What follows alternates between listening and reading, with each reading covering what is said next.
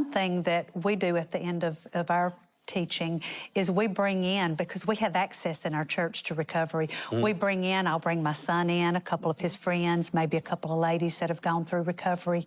We have a celebration at the end of the class, celebrating the prodigals that have come home, and we give the group an opportunity to ask them questions.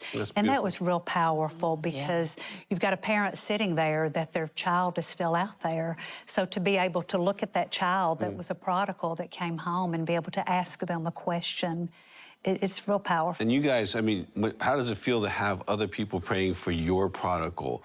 You know, because you guys do that as well. We do. And then when they come home, what happens to the group?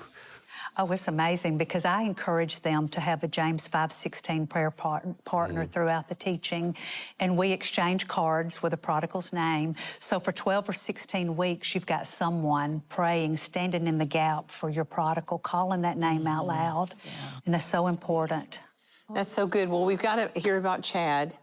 So you finally released him to God, and that's what we're talking about today. We're talking about, do you really trust God with that son or daughter or that grandchild? I know I've seen calls today from grandmothers calling about their grandchildren. They're very concerned. But have you really released them to God? Because that's the key right there. And it's so hard to do. And I can say this as a mother, it's so hard to release and believe God to do what only He can do.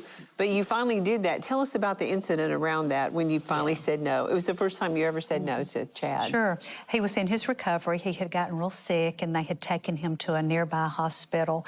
And he called me one night, and he said, "Mom, I'm at the hospital. You need to come get me." And I said, "What's wrong?" And he said, "I'm broke out from head to toe, and I think I'm dying. Will you please come get me?" And for a split second, I was almost like, oh my gosh, I've got to go get him. The two kids had walked out of the bedroom and were sitting on the floor, and I looked at them, and they were crying, and I thought, no, how much longer do we have to live like this? And I said, "Son, I am not coming to get you." And he was irate on the phone, and "I'm going to die." And I said, "Listen, you're at a hospital. If anything happens, they will call me." I mean, you talk about manipulation, right? The manipulation, the manipulator of manipulators. And I woke up, and I woke up and I was at the hospital. I had had a mental breakdown. Oh, wow. Thinking that if I didn't go get him, it would be my fault. That's how much guilt that I carried in this. But you didn't go get him. Didn't go get him, and he got out, went back into the program. Went back into, see, you would have just delayed it. I would have stopped his healing.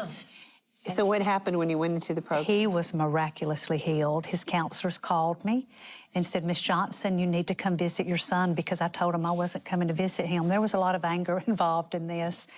And they called me again and said, "Miss Johnson, we really think you need to come visit your son. There's been an Apostle Paul transformation." And I was like, "Yeah, right. But I'm going to go one more time." So I load up the kids, and here we go. I pulled up that day, and he was standing at a picnic table, and it was like there was a glow around him. And I thought, something looks different. So he hands me a letter in an envelope, and he says, "Mom, when you get home tonight, read this." And it was a letter of forgiveness. And we never even thought about forgiving each other. It was so bad by then. But I read the letter that night, and it was so toxic, the relationship at that point. Well, you know, I was codependent. We were, you know, I was his enabler, and I was controlling, and it was just a mess. So you start reading the letter. What happened? I broke. What kind of things did he say to you in there? Just asking me to forgive him for specific things. "Thank you for taking the children.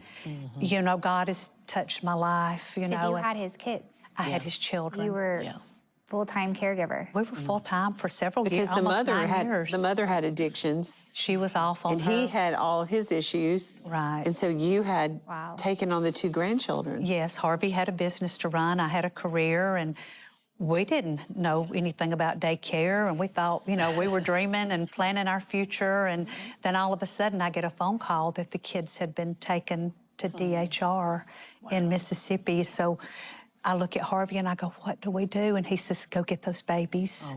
Go get them. We'll figure it out." Wow. So I went and got the children, came home, and became mother instead of grandmother. Became mother instead of grandmother. Wow. I think about when you took Chad to the rehab place or the the place where you dropped him off. The thing that spoke to me, too, was when you drove away, you saw those crosses. I did.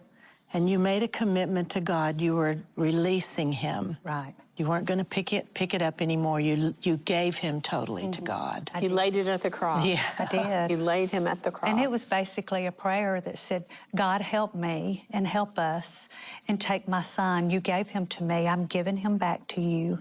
Well, before you leave, be sure to hit that like and subscribe button. Also, we would love to hear how the Lord is moving and touching your heart right now. So be sure to comment below and then share this video with someone you feel needs it just as much as you did.